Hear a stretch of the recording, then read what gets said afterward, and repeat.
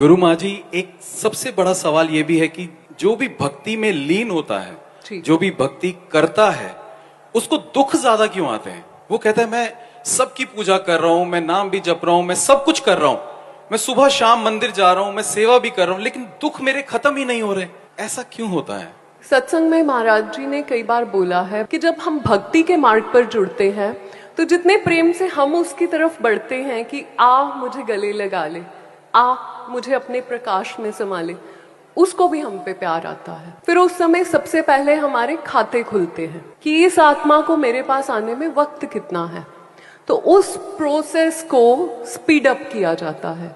आपके प्रारब्ध खुलते हैं। प्रारब्ध सिर्फ सजा नहीं होते, ये भी मैं आज आपका एक वहम जो है कम करना चाहूंगी।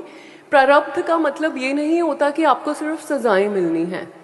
प्रारब्ध का ये मतलब भी होता है कि बहुत से लेसन्स हैं आत्मा के जो रह गए हैं, तो उन लेसन्स को इसको जल्दी सिखाया जाए ताकि ये आत्मा तेजी से मेरी तरफ आ सके, और जो ये मांग रही है मुक्ति और मैं मांग रहा हूँ मुझ में विलीन होना मेरी ज्योत का, वो और स्पीड अप किया जा सके।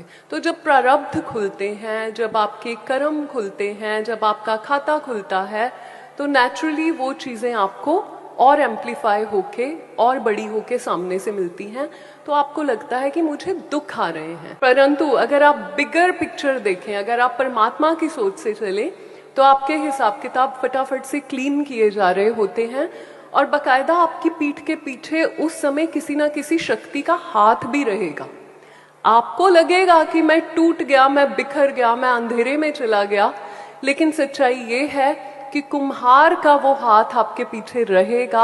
आपको थपेड़े तो महसूस होंगे, लेकिन आपके पीछे वो जो पॉटरी कर रहा है, वो जो कुम्हार है, पॉटर है, जो मिट्टी के बर्तनों को शेप देता है, वो हाथ वहां हमेशा रहता है। गुरु का नाम जब लेने के बाद आपको फिर और फील होता है कि मेरे साथ ऐसा क्यों हो रहा है, क्योंकि वो हाथ है अब आपके पीछे। तो आपकी